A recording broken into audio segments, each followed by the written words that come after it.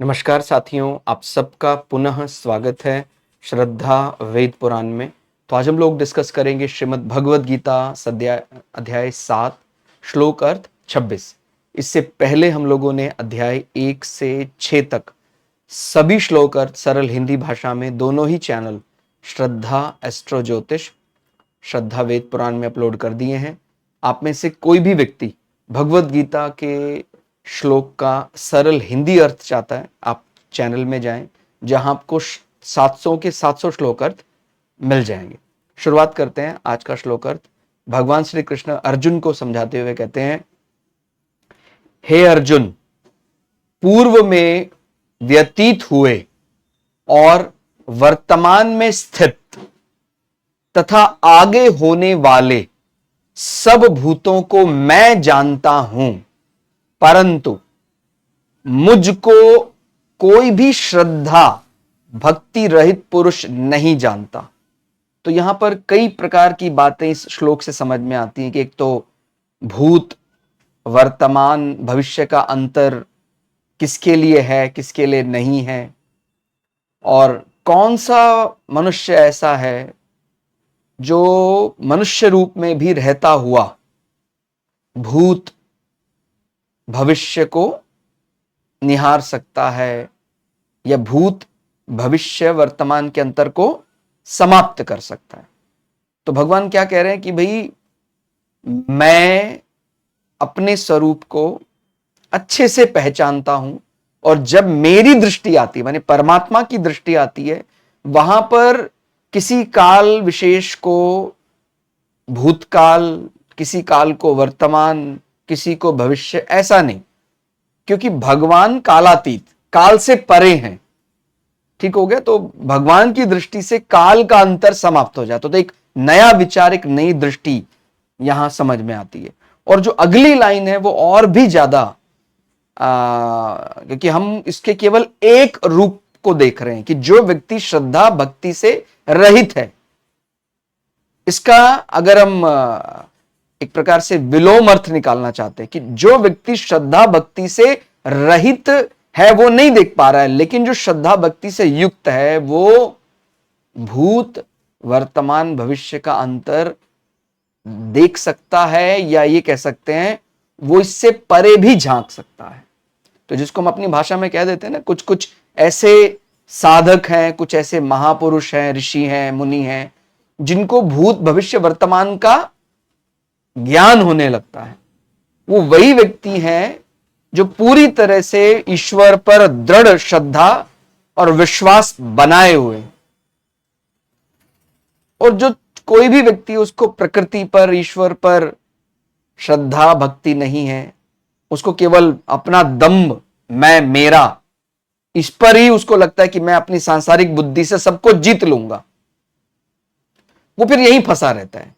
भाई ये वर्तमान है, वो भूतकाल है, वो इतना पुराना, इतना नया, उसको पूरा करने के लिए इतने जन्म लेने पड़ेंगे। जैसे मैंने पुराने कुछ अर्थों में भी हमने चर्चा की थी कि कई बार ऐसा लगता है कि हमने तो इतने जीवन में पाप कर लिए, अब उसको काटने के लिए तो एक जन्म पर्याप्त नहीं है, ना जाने कितने जन्म लेने पड़ेंगे, तब जाकर वो पाप का बोझ कम होगा और वो उस पापों से मुझे मुक्ति मिलेगी।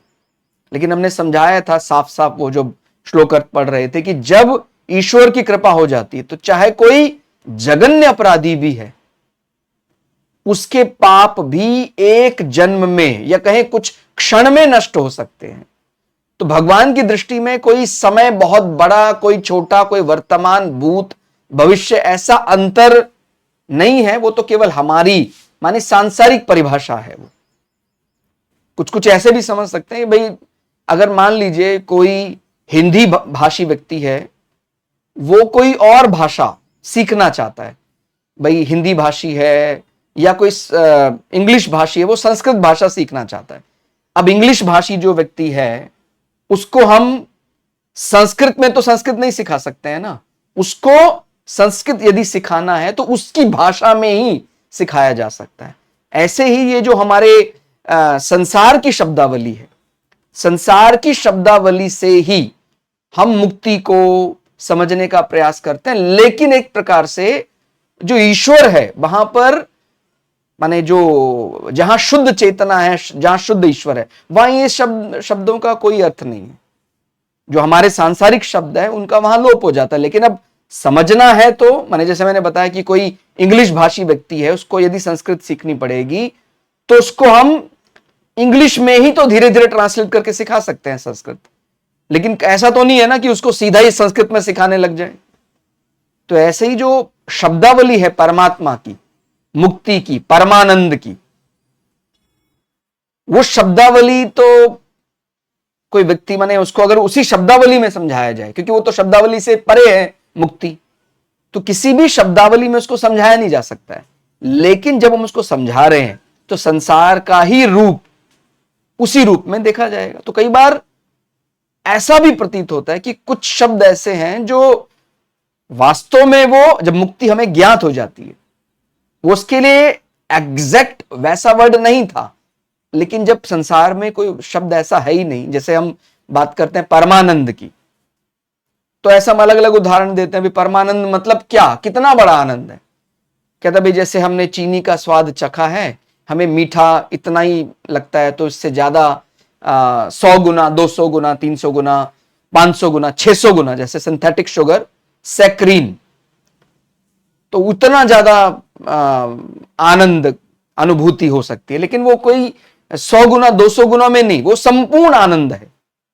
तो केवल एक समझाने का कई बार हम संसार के ही शब्द उठाते हैं, लेकिन कोई ये ना समझे कि मुक्ति को परिभाषित करने के लिए पूरी तरह से वो शब्दावली अनुकूल है।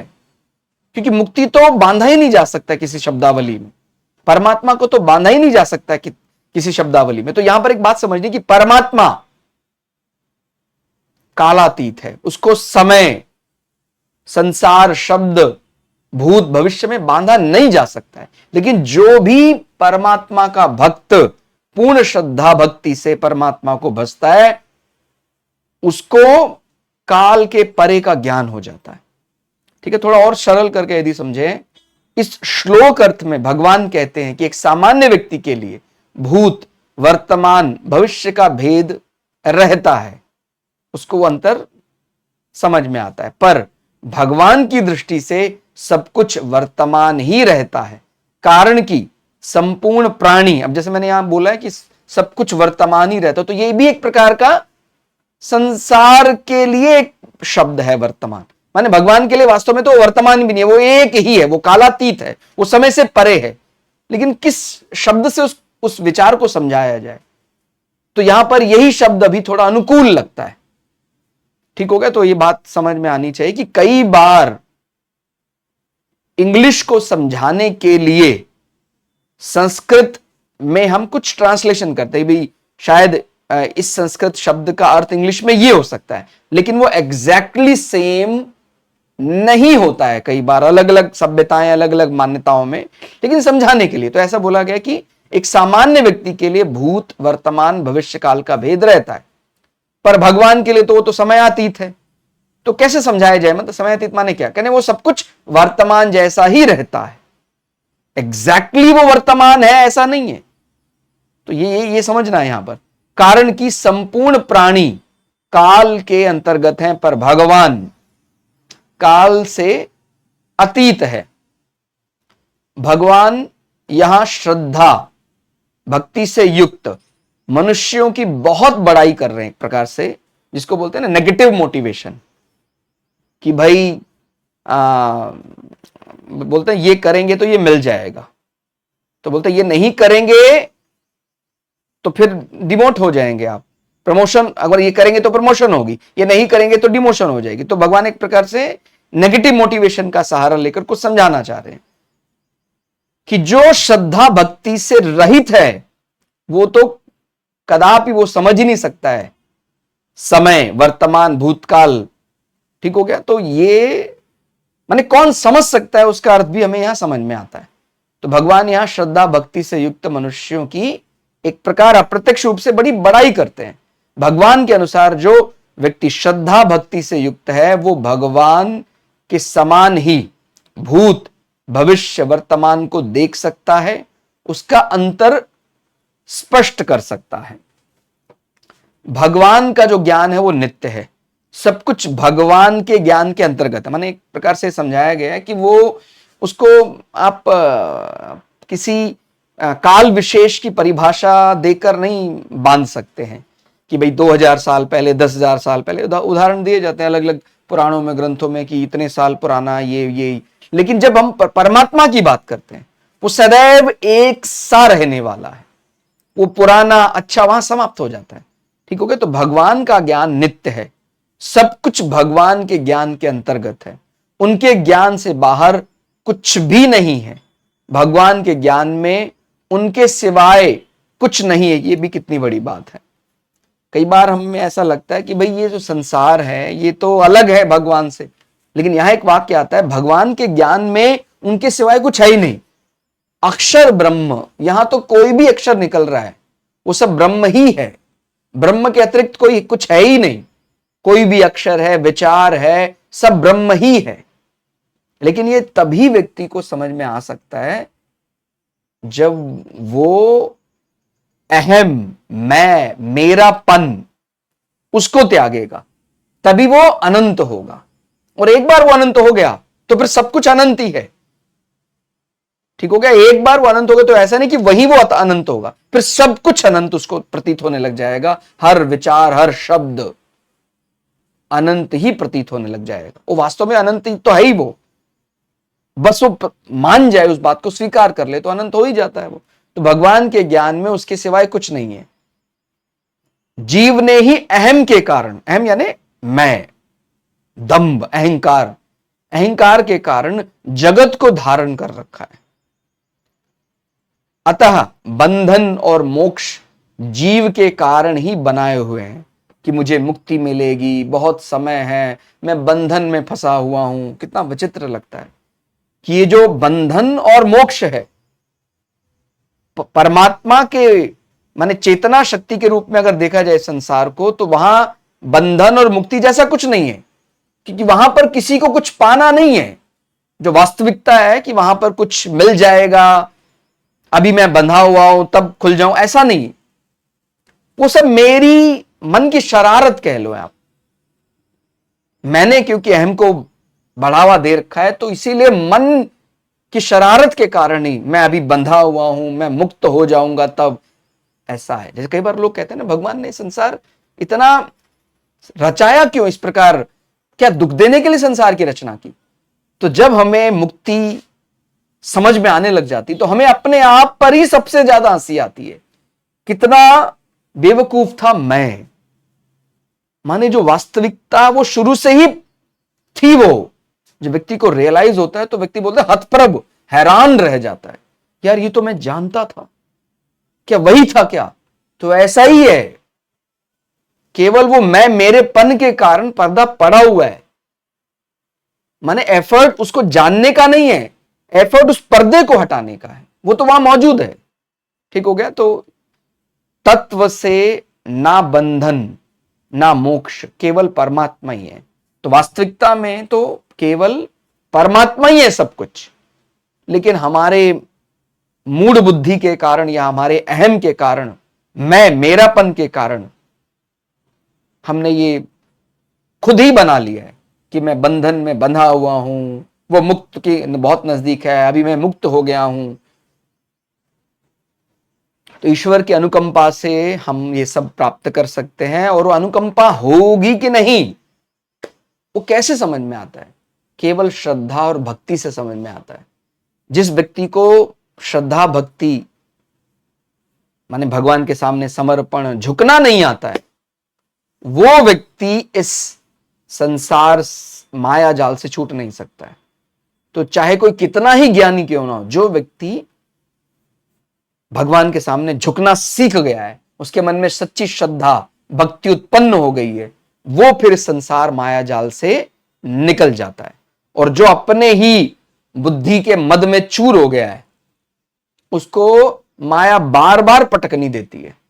जैसे वो उसको लगता है थोड़ा समझने वाला है, फिर पटक देती है। तो इसलिए अपने को वो तो पैदा करना ही पड़ेगा, सच्ची श्रद्धा, सच्चा विश्वास, परमात्मा की भक्ति पैदा करनी ही पड़ेगी। ये सबसे पहली शर्त है। आप हो सकता है थोड़े कम ज्ञानी हैं, आप हो सकता है यज्ञ, दान, तप में इतने पारंगत नहीं है, लेकिन आपको भक्ति और आपको श्रद्धा में तो पारंगत होना ही पड़ेगा। या ये कह सकते हैं आपके पास बाकी सब है लेकिन श्रद्धा भक्ति नहीं है, तो वो सब बेमतलब का है। और श्रद्धा भक्ति है तो सबका कोई ना कोई अर्थ निकलेगा और आप मुक्ति को पा पाएंगे। क्योंकि मुक्ति का अर्थ ही होता है एक प्रकार से छोड़ना, त्यागना। और जिसने संसार को धारण जो कर रहा है इतने लंबे समय से, उसके लिए छोड़ना सबसे मुश्किल काम है। ठीक हो गया? तो आज के लिए इतना ही। श्लोक अर्थ आपको कैसा लगा कमेंट करके जरूर बताइएगा। मिलते हैं अगले श्लोक अर्थ में, तब तक के लिए जय श्री भगु पराशरा, जय श्री शुक्राचार्य, नमस्कार।